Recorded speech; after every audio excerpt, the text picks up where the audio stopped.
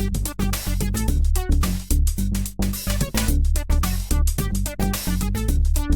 right, you ready? Yeah. Okay.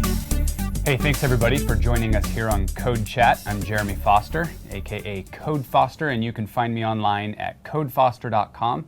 And please follow me on Twitter at CodeFoster, because I like to tweet lots of good events in this area and talk about CodeChat and stuff like that. So hopefully I can bring some value to your developer lives through my Twitter handle there.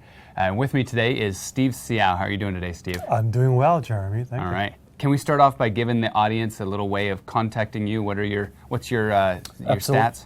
So my Twitter account is Steve Seow. So STEVE SEOW. That's my Twitter account.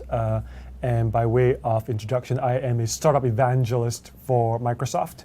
And my job is to work with startups, big and small, roughly in the Western U.S. Okay. And I work closely not only with startups, but also with groups that help startups. Okay. Think of the likes of Techstars or the co-working spaces in Seattle. We have WeWork as an example.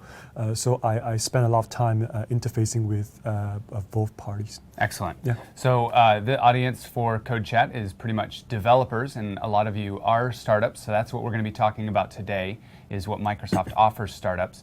But first of all, can you tell me, what if somebody is watching, they're not from the West region of the U.S., maybe they're from another region in the U.S. or outside the U.S., is what we talk about today going to apply to them as well? Absolutely. Okay. Absolutely. I mean, we operate very much as one group across the U.S. Even if you're outside of the U.S., it doesn't really matter.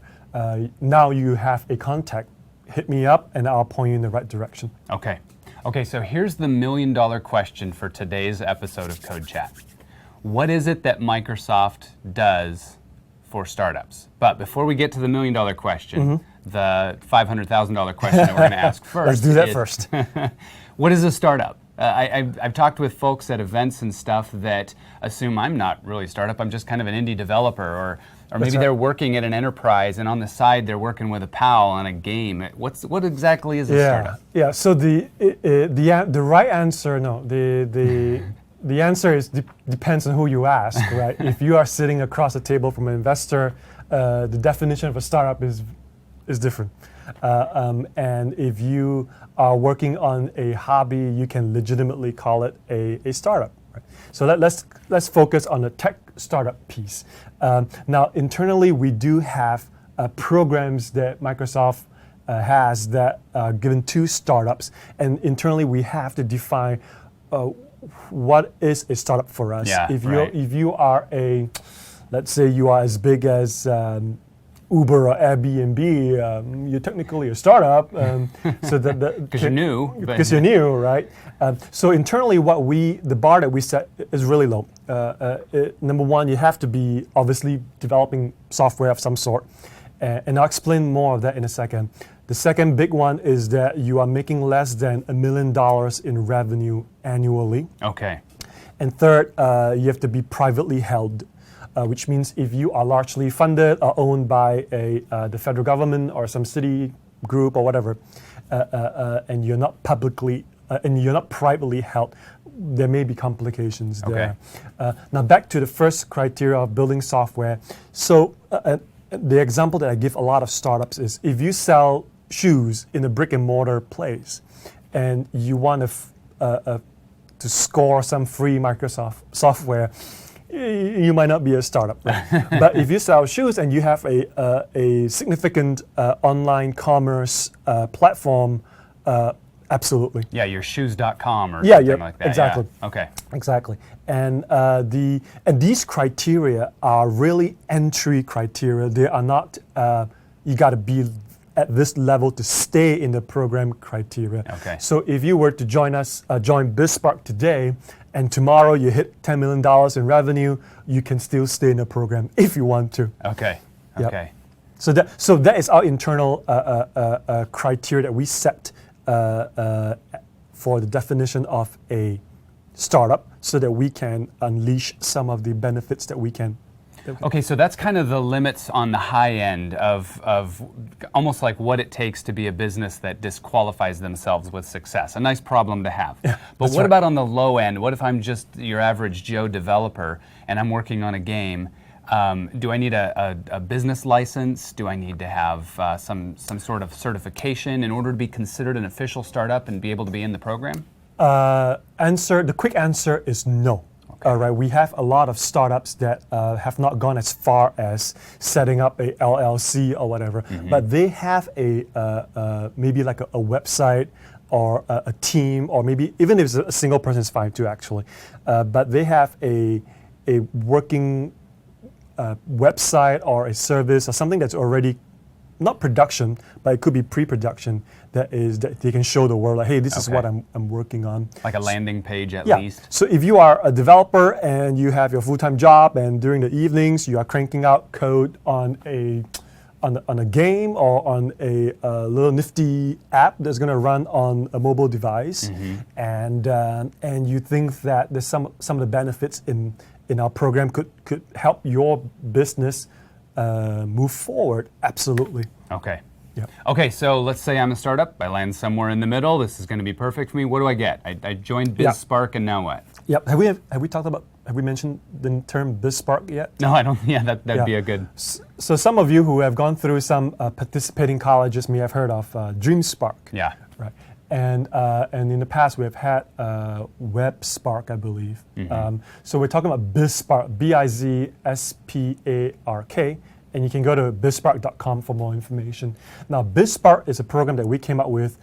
My math could be wrong, but it could be 5 to 6 years ago, and it was our way of making software available to startups for free. There are no registration fees. You will get it's a 3-year program, and you will get reminders to renew your BizSpark subscription. But it is a free program. Now, BizSpark itself is a collection of many resources that we have put together, that we have bundled together, that we believe can help you succeed. And one of the biggest pieces, obviously, is the software. So if you are building a web page, you're building a Windows Phone app, you're building something on Azure, and you want to use the latest and hottest Visual Studio, you can get that through BizSpark. So there's no need for you to pay a few $100, maybe $400 or $500 for a copy of Visual Studio. Okay. And you can get it for free and use it legitimately as a BizSpark startup. Excellent. That's just one piece of the BizSpark program. And that software piece is really, the mechanism behind that is really MSDN subscription. So really you're getting BizSpark, which gives you MSDN, which Correct. gives you this suite of software. There's one key big distinction between the MSDN that you guys will get through your company, or maybe you pay for it.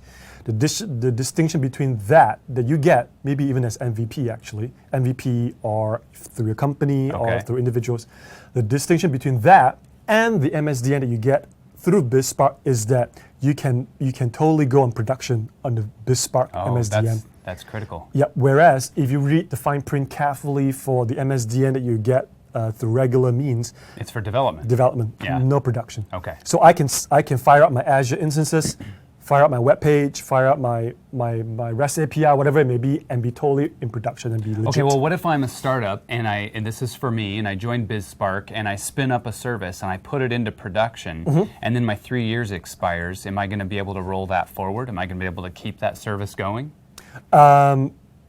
Yes and no, because if you hit T-1 of your last day, the MSDN will keep going for as far as the billing cycle can go. Yeah. And when it hits the end of the billing cycle and you have completed 3 years, it could be 3 years and 1 month or 29 days, it will start to try to charge to an account somewhere. So if you cannot find a BizSpark subscription, it's going to try to ask for a credit card. Okay. So that's something to be careful of. Okay. But we feel like 3 years is a good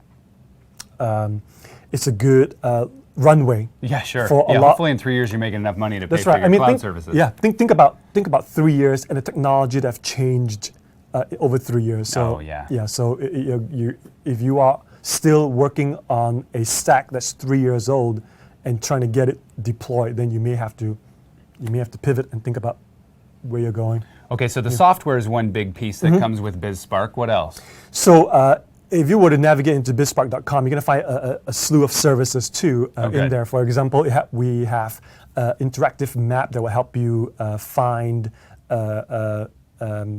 people in your area that maybe does investment, or maybe even offerings from different other BizSpark companies that you can get, and other partners as well. I'll give you an example. Pluralsight, one of my favorite websites. It's wonderful. It's wonderful.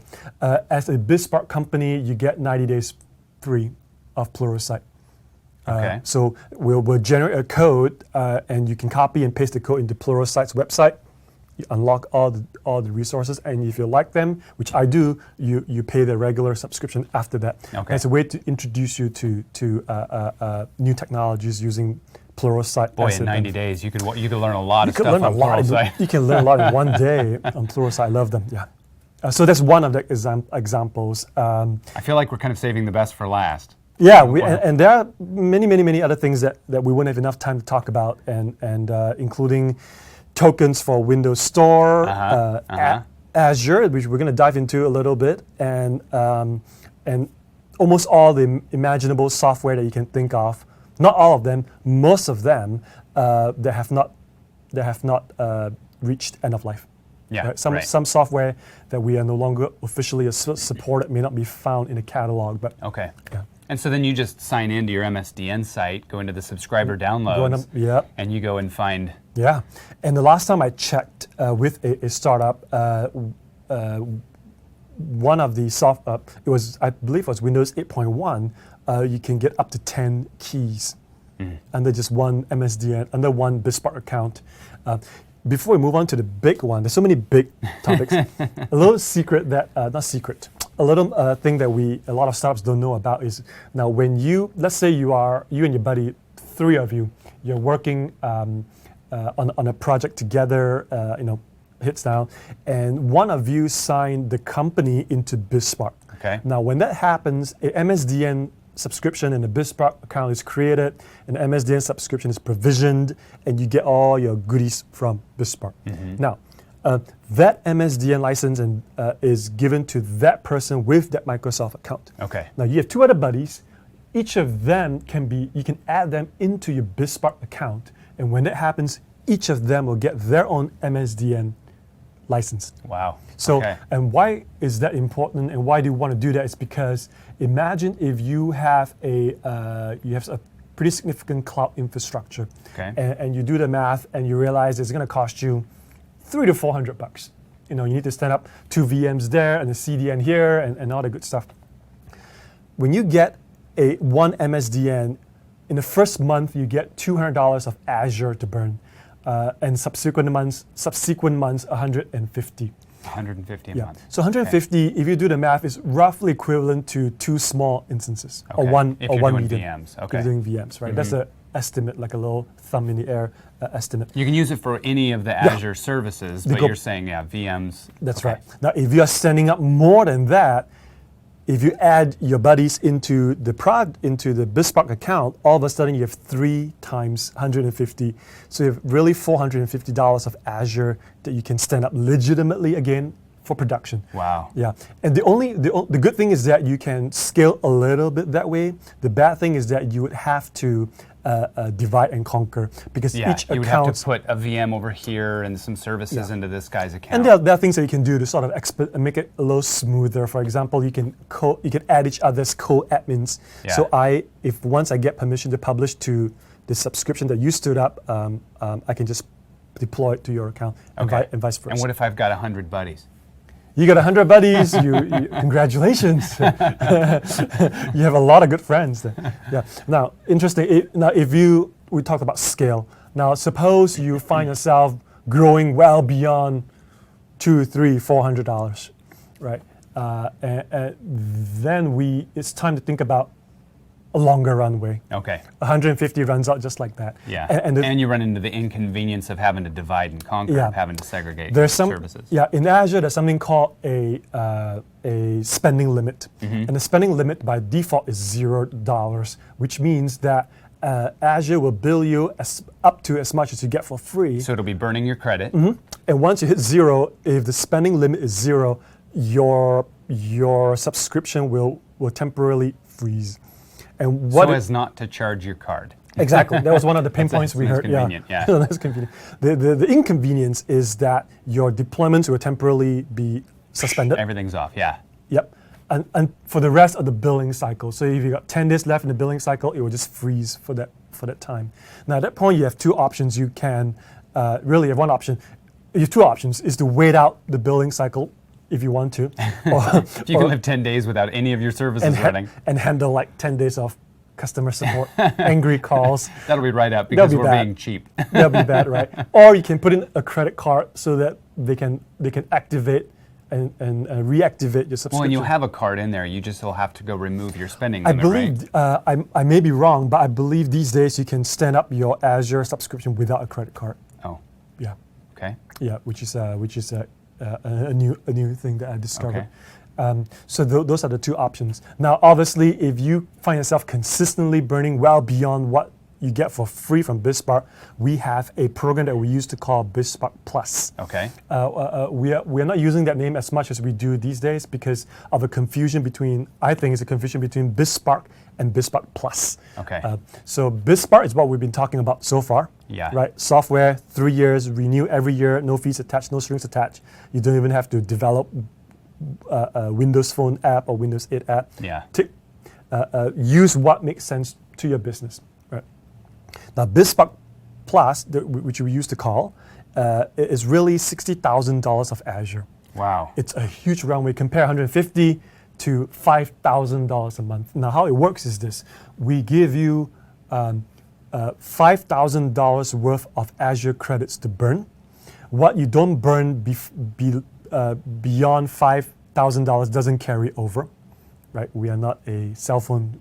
No rolling minutes here. No rolling minutes here. So, and if you burn above 5, it will hit your credit card, right? So it's $5K a month for 12 months, and what we do is, it's really behind the scenes. If you were to navigate through the Azure portal, it's called a pay-as-you-go, but we pay as you go.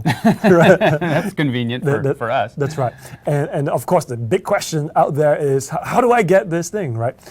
Number one, we want to make sure that runway is useful for you. Yeah. So if you really realistically are burning $400, $500 a month, and you are given $5,000 a month, then you are really throwing away $4,500 a month. Yeah. Then the program may not be a good fit. This is a great fit for folks who are burning well over $1,000 into $2,000 to $3,000 a month. And maybe on a competing platform, and they're looking at switching Absolutely. to Azure. Yeah, I mean, roll back about 3 years ago, we won't be able to have this conversation about, stand up your Linux-based web OS over here, right? Oh, you got CentOS, you got Ubuntu. Oh, sorry, you got to stick with AWS. Yeah. It's not the case anymore. You can fire up your own Linux-based VMs, choose the image, and boom. Drop your Dockers, almost it. anything these days. It's incredible. Yeah. So the program is a huge runway, but there's pros and cons. I have a lot of startups who are in between burning a little bit to burning a lot, and so they're in the middle, but they do project that they will scale. Yeah. So what I tell them is get into BizSpark, number one, activate the $150 subscriptions, pull everything together, and every 2 weeks or monthly or whatever, sit down and do the math and figure out how much you're really burning, and in the next 2-3 months, how much you're going to scale to, what you're going to need. Okay. Now, if they start to see 4-figure numbers, then it's time to talk about BizSpark Plus. Now, the reason why I sort of hold them back a little bit is because of the same reason I mentioned. You don't want to be burning $200-300 out of $5,000. Yeah, right. And the second thing is, once you start that big $60,000 subscription, the clock starts ticking. Okay. So in exactly 12 months, you will become responsible for whatever you are paying for on a monthly basis. Yeah. So as much as they can push it out and deploy what they can, and then when they feel like they got to turn on the fire hose, then we activate the subscription. Okay. And almost always we can work together to have the support team back in Azure slip their deployments, not even slip the deployments, do a behind the scenes transfer of subscription. So that means that their services, their deployment stays intact, and all we're doing is doing some administrative changes in the background to go from, okay, let me point my subscription to the $60,000. So there's no downtime, nothing like that.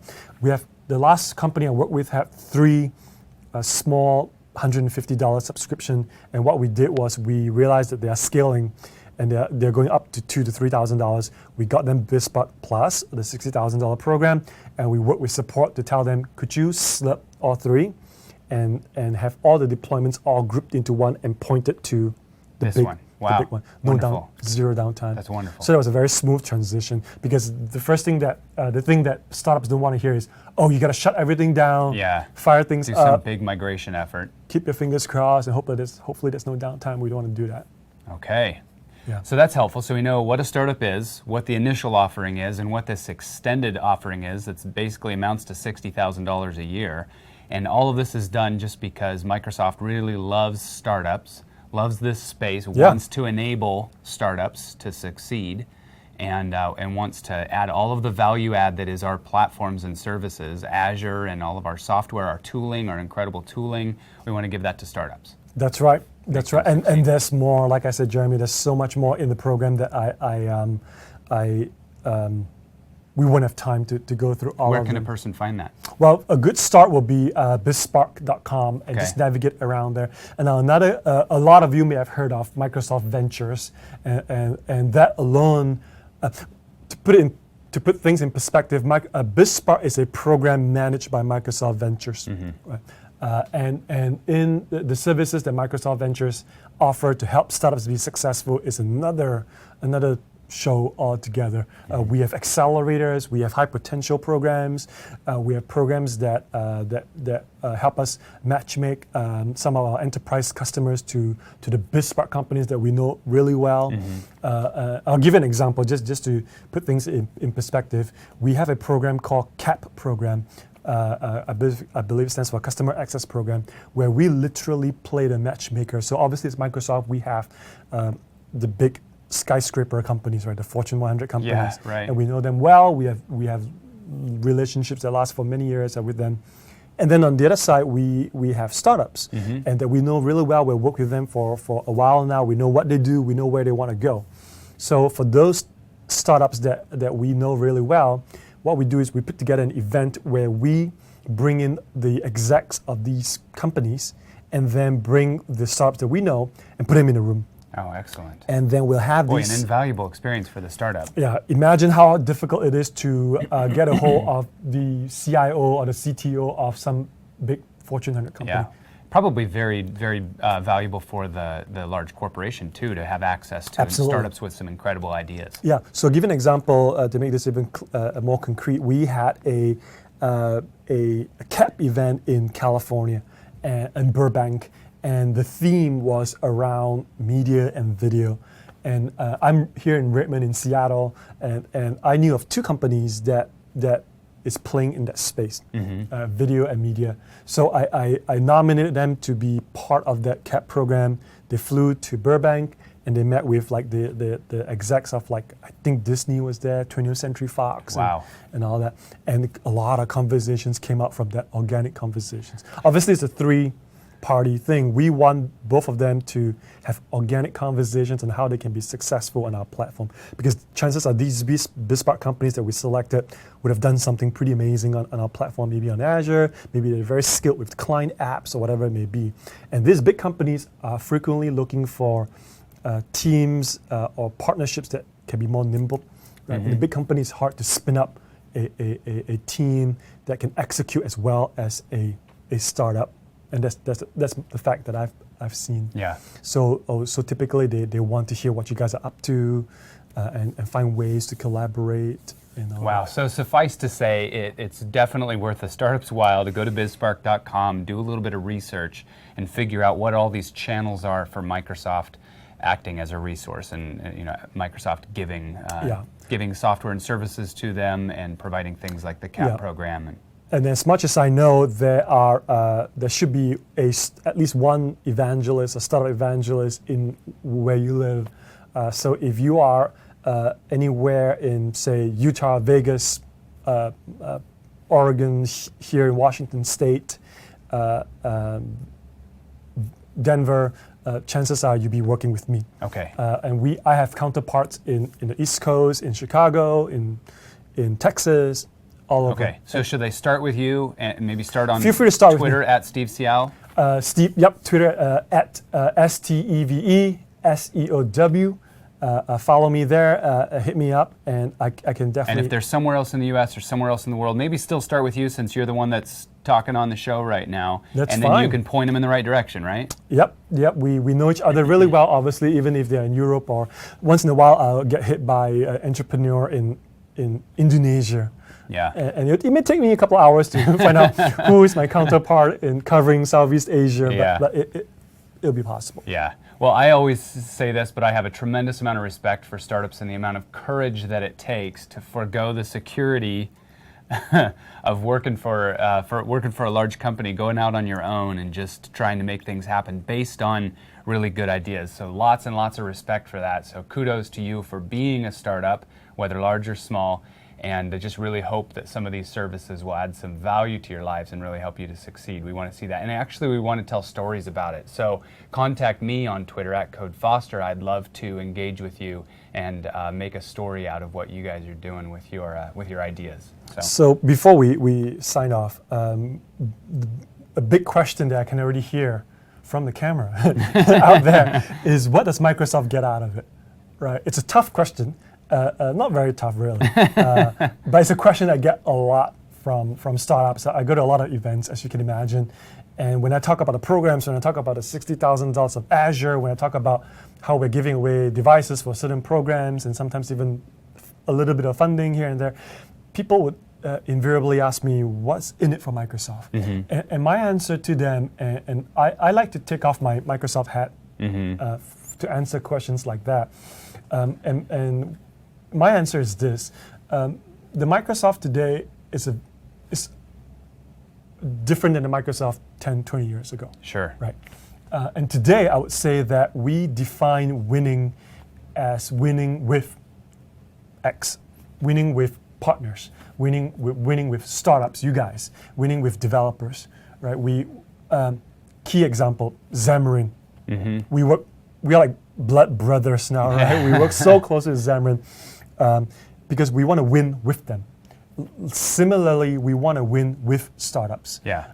So by empowering you guys, by empowering startups with software and tools and funding, if it applies, we make it. We have a situation where when you succeed and look good, it makes us look good. Mm-hmm. It's not like we won part of a company or we won 6% of your company. It's nothing to do with that. It's more about you being successful and us being able to point to you as, oh, these guys were a BizSpark company.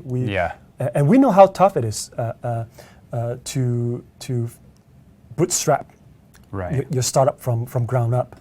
So we want to be there with you in this early stage and have you send you off to do big things.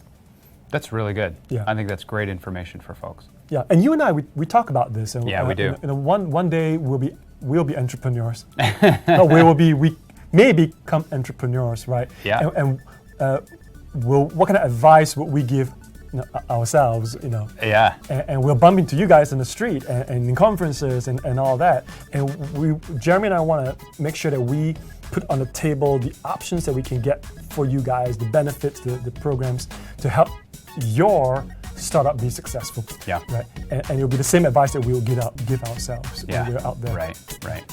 Winning together. Yep, that's Winning good. together, yeah. Cool. Is there anything else you want to talk to developers about? All good. No. Okay. Not today. Another day. Another day. All right. That's it for this episode of Code Chat. Thanks a ton for joining us. Have fun.